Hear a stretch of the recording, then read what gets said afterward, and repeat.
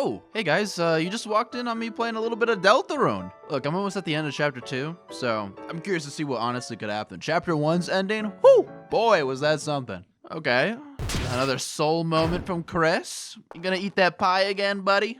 Wait, a knife again? Kris, wait, what are you trying to do? Holy crap, Lois! Wait, what does this actually mean? I gotta go online. What are people saying about this? This is crazy. Hey guys, welcome to Birdly Gaming. We're gonna be talking about the Knight of Deltarune, so obviously, the knight has to be. This is proof that Kris is indeed the knight. Look at this piece of evidence right here. Look at this dialogue. Kris is not the knight. Hey guys, I think Sans is the knight.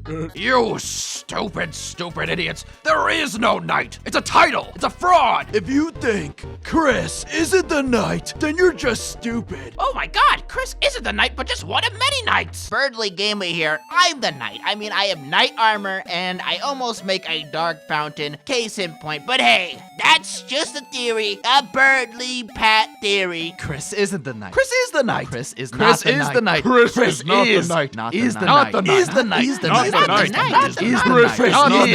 knight. I have no idea what to believe anymore. Is Kris the knight or is Kris not the knight? Well, you know what they say. The best place to get the answers you want is right at the source. Good thing I got my squeaky hammer in hand. So let's dive deeper into the darkness and finally get our answer.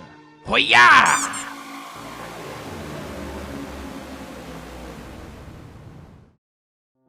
Kris Deltarune Dreamer, the main character of the hit famous game Deltarune. Go on, say hello, Kris.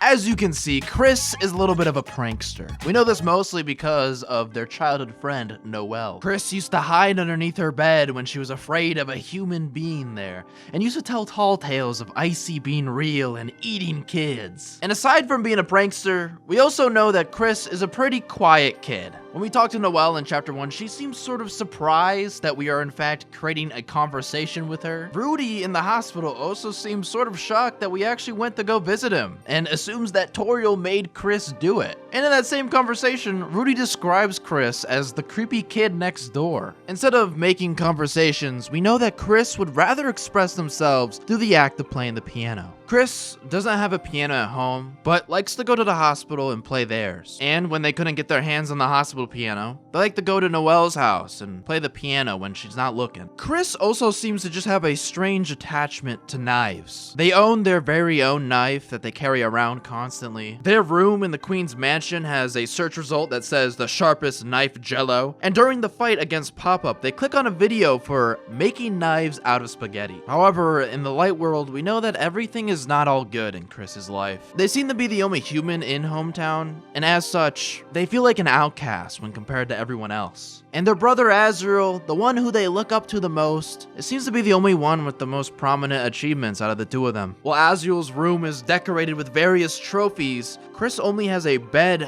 and a birdcage to really call their own. And that brother that they love so dear is now gone. Away to college, no longer in the home. The relationship with Noelle has also grown more distant. The bond they once had with all four neighborhood kids, Kris, Azriel, Noelle, and Des, has all since vanished to the past. And their adopted parents, Asgore and Toriel, are divorced. Toriel is still a very kind mother to Kris, but still seems to treat them like a little kid and never truly lets them grow up. And Asgore, still being a loving father, has unfortunately been removed from the chief of police position, as well as the police force in general, now living in a rundown flower shop, unable to make ends meet and pay the bills. And by far the saddest thing in Kris's life is that they no longer have full control over their own actions anymore. The player has seized control over Kris's life, and it seems that Kris is very disturbed and afraid of what would happen if the connection that we had with them were to break. Put yourself into Kris's shoes. Don't you think you would want to escape from this life and live an ideal fantasy somewhere else? If they had the opportunity and the ability to create that fantasy, don't you think they would? Let me tell you, Kris has already created that fantasy not once, but multiple times. Because Kris Dreamer is the knight.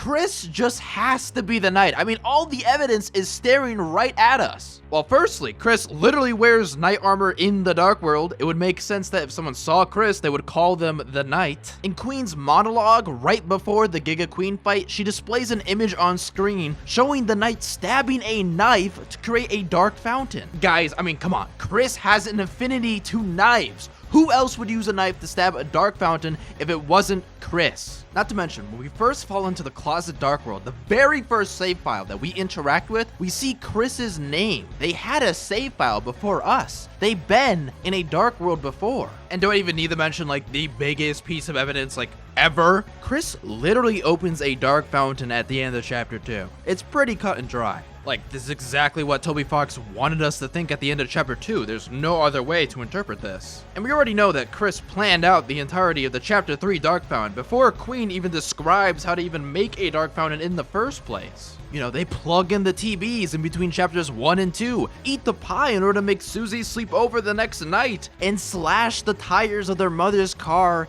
and unlock the door. This is all Kris's plan to create a TV Dark World and to have Susie, Toriel, as well as a officer of the police fall into a Dark World. So this just proves that Kris obviously has plans for future Dark Worlds. Who's to say they didn't plan the chapter 2 one, the cyber world? Probably that same night that they plugged in the TV and ate the pie, they probably went down to the library and opened up the Dark Fountain. It would explain why they're so tired during class in chapter 2. They just spent the whole night going to the library, going back, eating the pie, plugging in the TV, and planning the next Dark World. Kris being the knight just also tackles the themes of Deltarune perfectly. Toby is trying to create a player versus player character narrative, and Kris being this big antagonist that we've been hearing out the entire game just showcases how we just truly don't know Kris. By having it be this way, we can come directly face to face with Kris from player to player character and tackle this theme head on. Not only that, but it leads to a gateway to learning more about Kris. Why would they create these fountains? What led to us being able to control Kris? How does Kris feel about these Dark Worlds and the people that fall into them? And finally, why would Kris even give themselves the title of Roaring Knight in the first place? Wait a minute, why would Kris call themselves the Roaring Knight? Wouldn't that mean that they would have to know about the Roaring beforehand? I mean, Queen doesn't know what the Roaring is. Doesn't that mean that she definitely got the title from the Knight? But isn't the only person who knows about the Roaring Rouse? I mean, nobody even knows what that is, even the Darkners inside of their own Dark World. And wouldn't calling yourself the Roaring Knight mean you want to cause the Roaring? And I mean, Kris isn't evil. From what we know in the hometown, they're just a misunderstood quiet kid. Why would they want to cause the destruction of the entire world? Wait a minute, maybe Kris isn't the knight.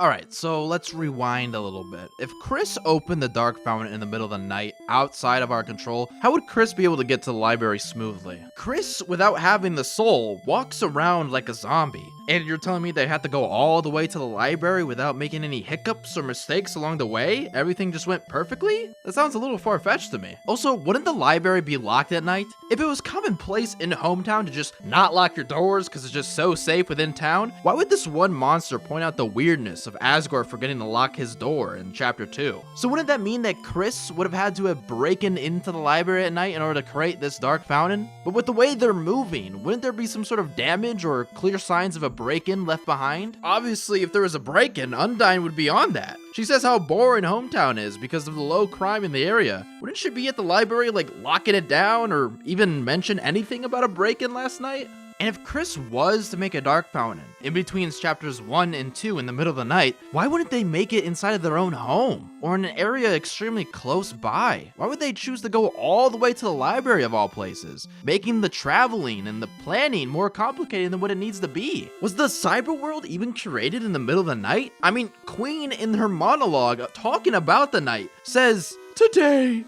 it deigned to create this world." That must mean that the cyber world dark fountain was created during the day of chapter 2. But Kris couldn't have possibly have done that because we controlled them the entire day. And them sleeping in class could have just been because they were up all night eating the pie. I can't even imagine eating an entire pie by myself without it taking a good chunk of time. And taking extra time to shamble around slowly to plug in the TV, I would be pretty tired on just that alone. And if that wasn't enough to put Kris to sleep, Birdly yapping definitely is. We know from Rudy that Birdly yapping has a tendency to put people to sleep. Rudy's not even surprised if Birdly put himself to sleep from yapping too much. And that whole setup with the TV, planning out the Chapter 3 Dark World, instead of it planning to be a Dark World, I think Kris was just planning to have a sleepover with Susie. Susie and Kris have a project together. It would make sense that after Chapter 1, Kris would expect us to hang out with Susie to work on the project the next day. So making sure that the TV is on is to ensure that they have movies to watch during the sleepover. And eating the pie was just a ploy to make Toriel have to invite Susie to make another pie. And the slashing of the tires was in order to make Toriel worried and keep Susie in her house for her own safety,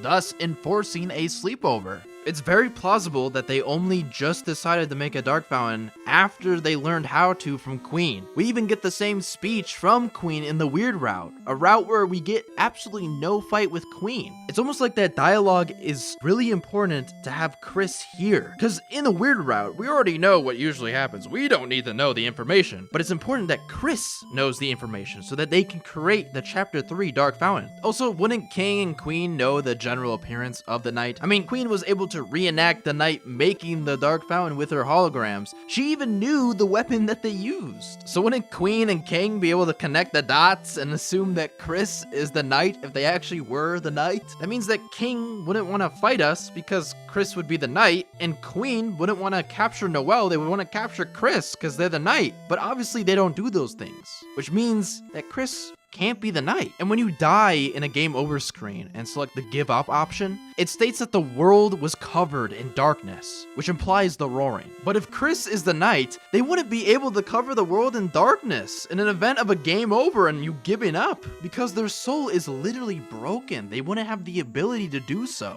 And building off that point, if we're talking about thematics and theming and storytelling, why would we get the information that any Lightener can make a dark world, whether it be a human or a monster? If we're supposed to know by the end of Chapter 2 that Kris is the one and only knight, then just telling us that only humans can make a dark fountain would be more than enough information. It would help to remove all the extra fluff and confusion tied within it. The game is saying that if a human or a monster can create a dark world, then it sets up the possibility of there being more than one knight, or that Kris isn't the knight just because they created a dark fountain. So if Kris isn't the knight, the one that's been going around and creating the previous dark fountains, then the Chapter 3 Dark World has to be one that isn't part of the norm. If the Dark Worlds represent fiction, then a fiction created by a different person would have to be different from another person's work.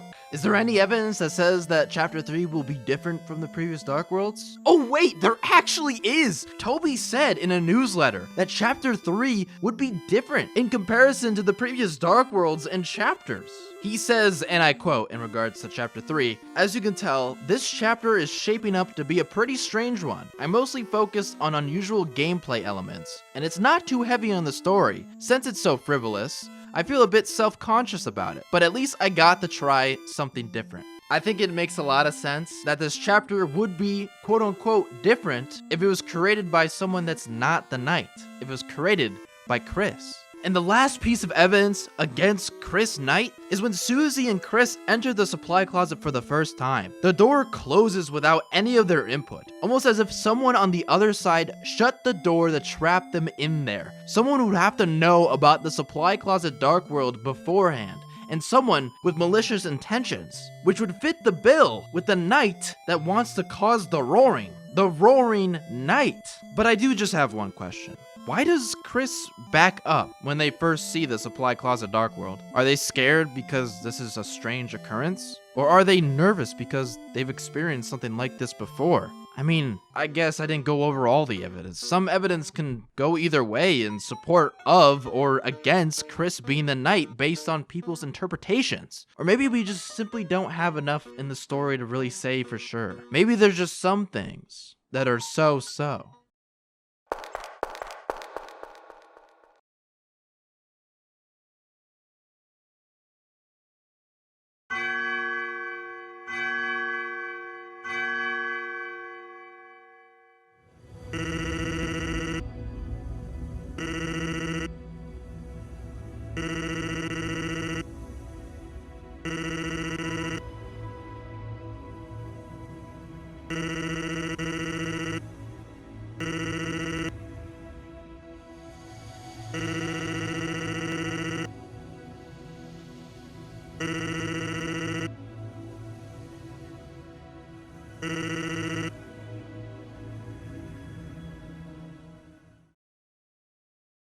So I played to both sides. I played in favor of Kris Knight, and I played against Kris Knight. Let's take a look at a more neutral approach. You know, just like Undertale, guys. Remember that game? Some evidence that I left out can go either way, in support or in against Kris Knight theory. Like I said before, it mostly depends on your interpretation on what it means in relation to Kris being the knight. I already mentioned Kris backing up when they first see the supply closet, but let's go over some of the other ones that I've noticed. A big one that people like to use is the scrapped anime intro that Toby Fox had planned for Deltarune. He says that he imagined the fun gang running up a set of stairs where the knight waits at the top. Is the knight a separate character than Kris, and that's why they are at the top? Or is it symbolic of the two different sides of Kris? If you want my opinion, I don't even think we should be using scrap content for the game as evidence for either side. No matter what the answer actually is, it's just gonna muddle the discussion overall. So let's move on to some evidence that's actually official and not scrapped. So Kris in both chapters 1 and 2 warns Undyne about the Dark Fountains. Obviously we know we control Kris and what they say, so them warning Undyne doesn't really support either side since it's more so our action and not really Kris's. And another point, Sweet Cap'n and KK says Queen wasn't always so harsh.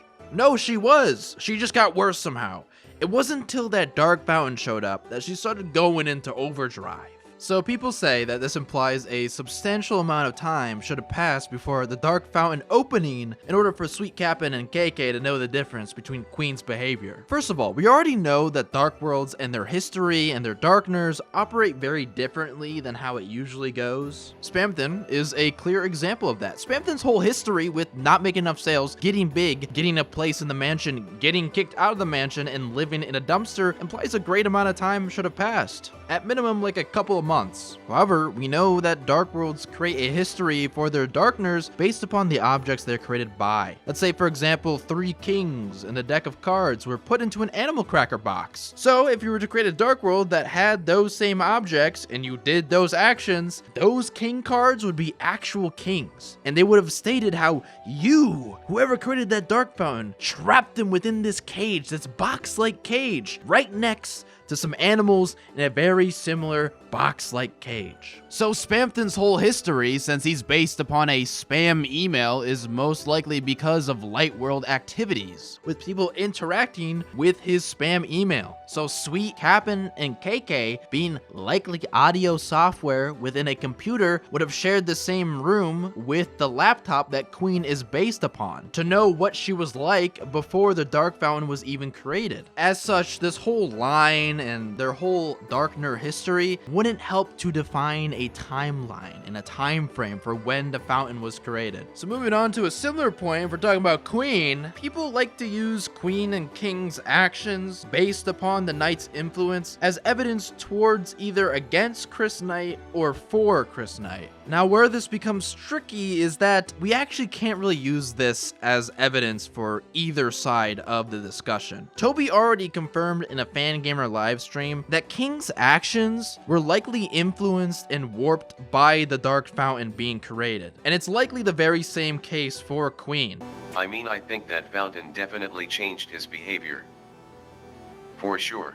That's probably what the Sweet Cap'n and KK dialogue was trying to tell us, is that the fountain warped Queen's behavior, not that the fountain was created in a substantial amount of time. Also, for further evidence for this, King's behavior after sealing the Dark Fountain becomes less aggressive and violent. This would only happen because the fountain influenced his aggressive and violent behavior before. Alright, next point. Queen in her speech mentions the knight having a long hand. Obviously, this is a use of verbal expression. She's not actually saying that the knight has a long hand. She's using it to tell us the power and influence that the knight actually has. It's honestly very similar to dialogue that Jebel gives after you violently beat him in his fight. He says, and I quote, "The hand of the knight is drifting forward." both Jebel and Queen aren't actually talking about the knight's physical hands. Another point that people bring up is whether or not the Queen and King have actually met the knight. Well, from Queen's dialogue, we know that she was just guessing based off of the knight's actions, which implies that Queen has not actually spoken to the knight face to face. And I think this also applies to King. He didn't actually meet the knight and talk to them, but he sort of just uses the knight's actions as justification for his own revenge against Lightners. But like I said before, I think they actually have seen at least the general appearance of the knight. We know for a fact that Queen wouldn't know the full appearance of the knight because the video in the mansion of the fountain being created describes the knight being obscured by fog. But she has to at least know the general appearance of the knight. Otherwise, she wouldn't have been able to recreate a whole demonstration of the knight literally taking their hand, taking the knife, and thrusting it into the ground. And obviously, since Queen doesn't actually know about the roaring, but knows what a roaring knight is, they got this title from the knight themselves. So Queen at least knows what the knight sounds like, because they should have said this out loud so that Queen can be able to hear that. And I'll say the same thing again. It's very plausible that King is in a very similar boat as Queen, knowing the general appearance and build and voice of the knight, but he doesn't know all the details of what the knight actually looks like. So it's honestly all based on your interpretation if it's for or against Kris Knight, because the knight's appearance could be hidden enough as to where they wouldn't recognize Kris, and obviously Kris doesn't really speak, so they wouldn't be able to recognize a voice either. But at the same time, they could know a little bit more to be able to piece together the information that Kris is the knight. Like I said, it's all based on interpretation. It could go either way. Another big point that people like to talk about in Kris Knight discussion is Rousey noticing the presence of a dark fountain shortly after we go into the cyberworld. Does this mean that the fountain was just created? We know that Rousey has a tendency to withhold the truth from the player, Kris, and Susie, so he could be withholding a little bit of the truth of when the fountain was exactly created. It is honestly hard to say, and thus lands it into the neutral category. Alright, now let's get into the two big pieces of evidence that everyone debates over in the community. So put your pitchforks down and let's just hear me out for a moment. Let's start off with the easiest one to prove, the computer lab closet flavor text. It says, and I quote, "The closet is spacious and full of old electronics. A large person could easily fit inside." So people think that this has something to do with the knight. If Kris isn't the knight, then that's where the knight actually hid during the creation of the dark fountain. Alright, let me break it down for you.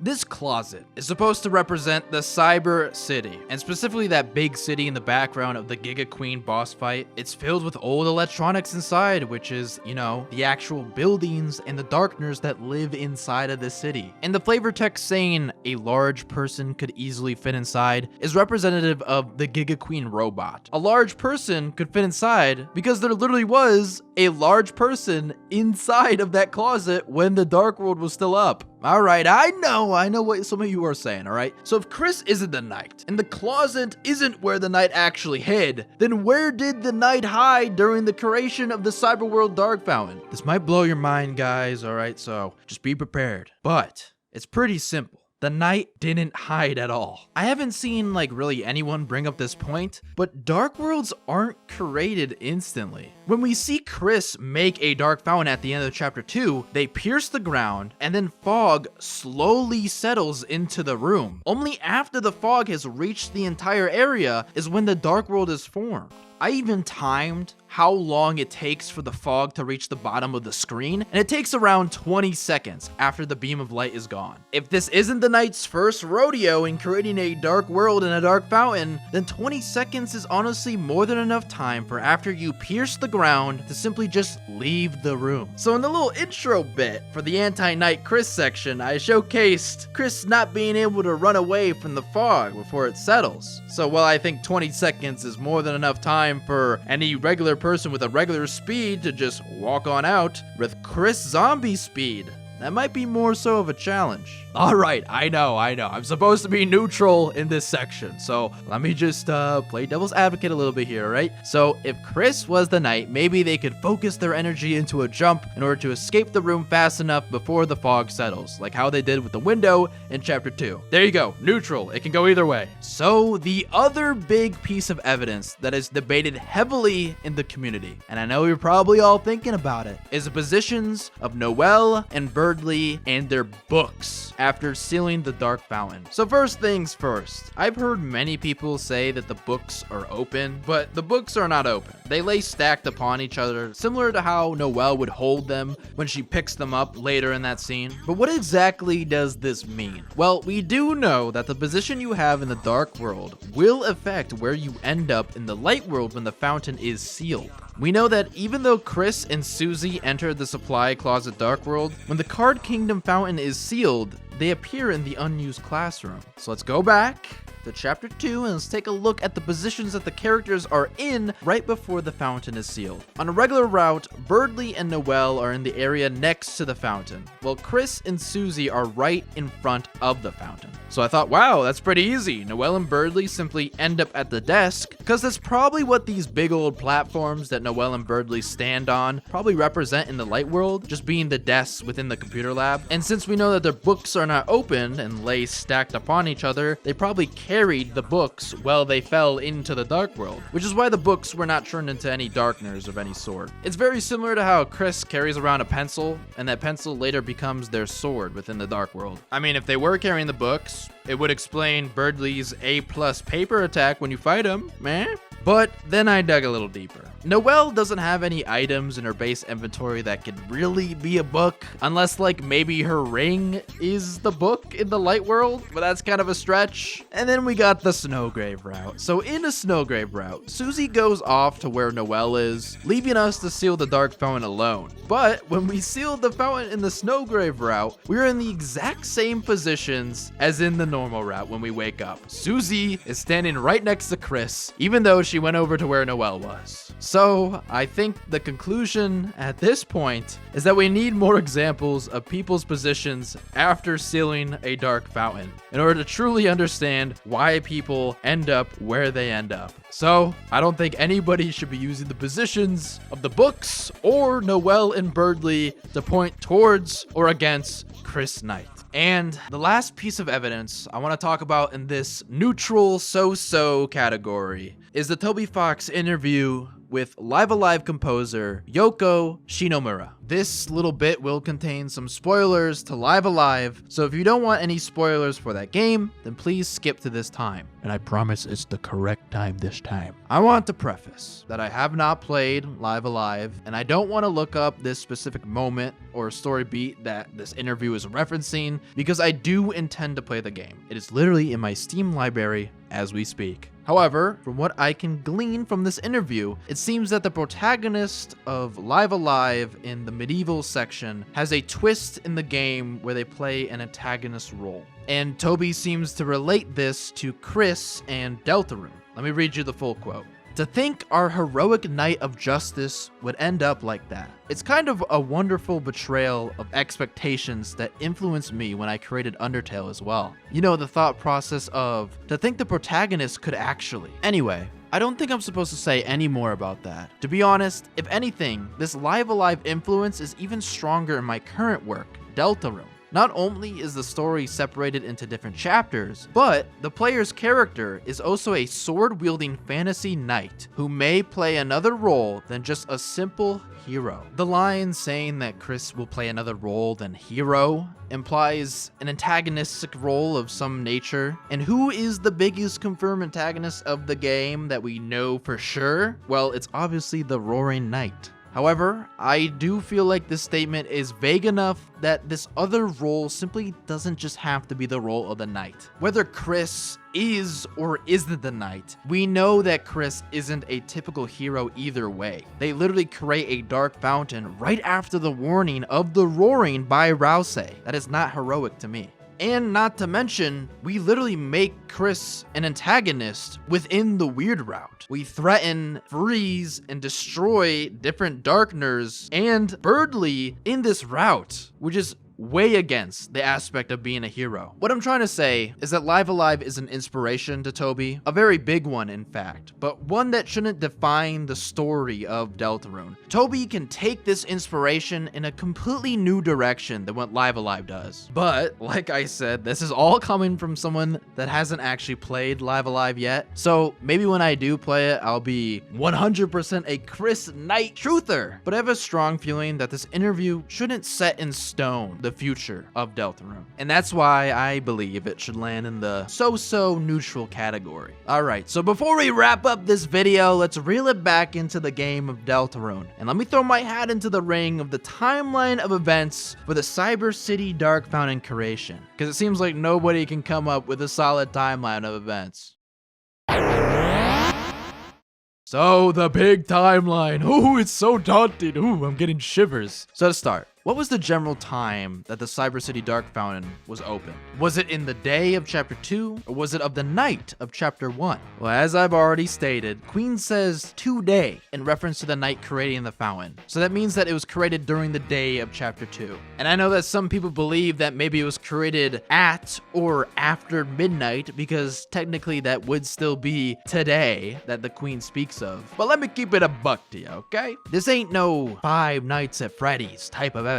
Toby Fox is trying to convey a story that a casual player can understand. Obviously, there will be some deeper details that a player might have to look into on their own to know everything. But when the game's all finished and done with, that information should be straightforward in conveying a specific message. Deltarune kind of takes the opposite approach that Scott Cawthon handles his story with FNAF, expecting FNAF players to find lore by literally having them decipher clues and riddles and pick apart every single small detail just to have some sort of understanding of what the author is trying to convey. The complete opposite of what Toby Fox is trying to go for. So when Queen says today, I'm pretty sure Toby means that it was created during the day. So we're gonna go with that. Now for Noelle and Birdly. Were they already studying in the library before the Dark World opened up? Or did they fall into the Dark World before they could even study? Well, let's bring back up a previous point. The books are not opened and they're stacked upon each other, like how Noelle would pick it up. So it's pretty likely that they fell into the Dark World with their books in their hands, meaning they couldn't have gone in and studied and then the Dark World opened up. Alright, this might be the most